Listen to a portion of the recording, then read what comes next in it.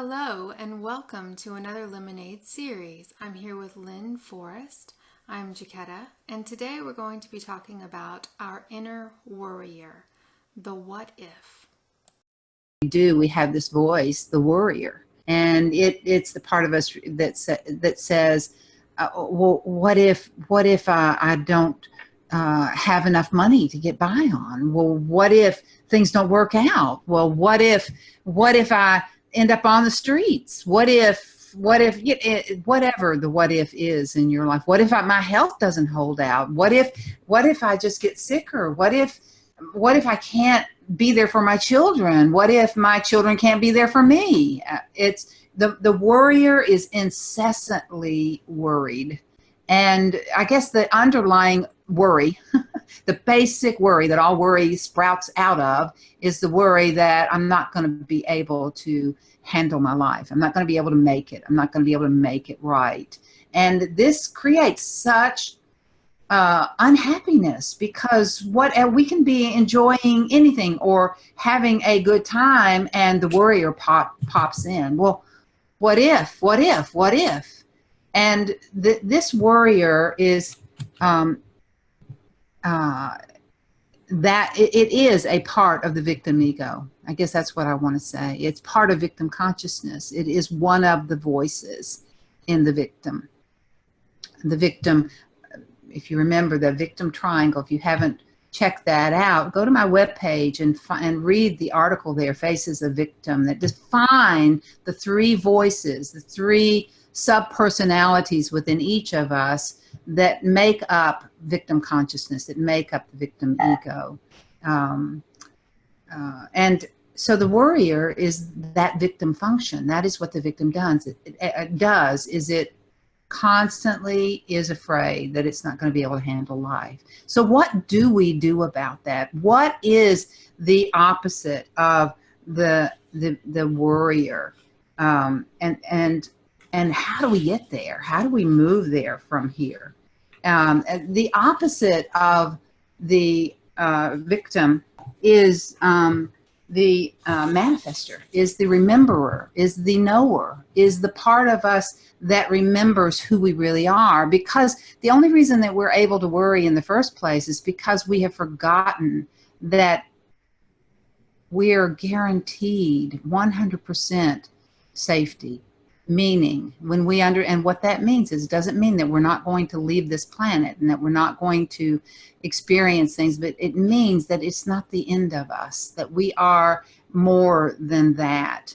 And what happens is, by the time we come in on some level in what I call unity consciousness, remembering that we're part of something bigger, that we are not just this separate entity. As soon as we begin to misalign, we align our consciousness with this unhappy, limited story of who we are, rather than remembering that we are something bigger, that we are source, coming from source, that we are a manifestation of that. A thought emanation of the one mind is another way to see it.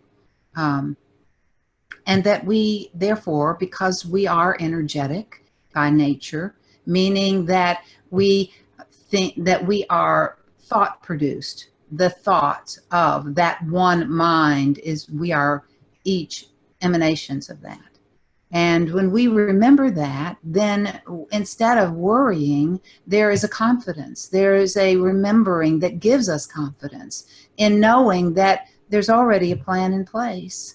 There's already, and it's about envisioning that. What could be the highest possibility? And even that, sometimes I've had so many times in my life when I visualize possibilities instead of worrying. Instead of worrying, we begin to visualize what is possible if, in fact, I am an emanation of the one mind. If my thoughts come from that, what can I visualize as a higher possibility? And over again, I visualize possible opportunities and things coming out of it in a positive way, only to realize something even better than that. So that is the amazing thing about choosing to redirect the worry energy into envisioning a future of what we want instead of what ifs. And that's the switch, that's the focus, that's the practice that brings us, turns the lemon of worry into the lemonade of knowing, of confidence, of that sense of being okay with the way the world is. That is the thing that we learn to do. For me, when I get into the future, I can, it's easy for me to go into what if something bad happens, or what if I'm not ready for what could happen, and it happens. So what if something good happens?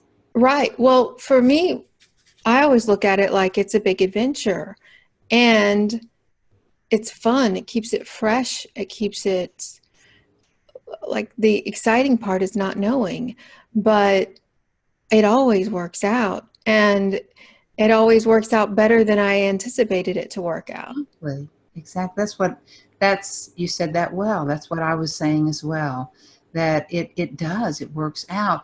And when we catch ourselves worrying, the thing that we can interject in that moment to move it towards lemonade. I always think of lemonade as a delicious concoction of something. And so instead of worrying, we can redirect that energy into visualizing what's possible. How would we like it to be? Well, and why not that? Why not that? Why not put my energy into imagining that as what I'm moving into? One other thing I want to say about the worrier is it really has us fooled into thinking that somehow by worrying, we are protected. That somehow, if we can just see from here the worst case scenario and start worrying about it, we're going to be able to what? Circumvent it, get around it, redirect it through worry. That is so antithetical to reality, because the law says what we focus on gets bigger. So whatever, if I'm worrying, it's like if I wake up in the morning and I have a little pimple here on my forehead and I just start worrying it, meaning pick, what is this? What does that mean? Oh no. And then what happens? It just festers. It gets big, red, and ugly. And everybody is walking around pointing at it going, what happened to your head? That is how worry works. We worry it into reality by feeding it that attention. So what we want to do is divert our energy from worry to possibility. Well, what if this happens instead of the worry? What if this positive outcome is what happens? What if I get a better job than the one that I'm fixating and being afraid of not getting? Instead of, what if I don't get that job? It's, well, what if I do? Or what if I get an even better job? What if my no is leading to a bigger yes? And so it's a matter of training. It's a matter of training the mind to go in a new direction, to go up the frequency scale instead of down into worry and fear. And that, I think, is how we create lemonade out of worry.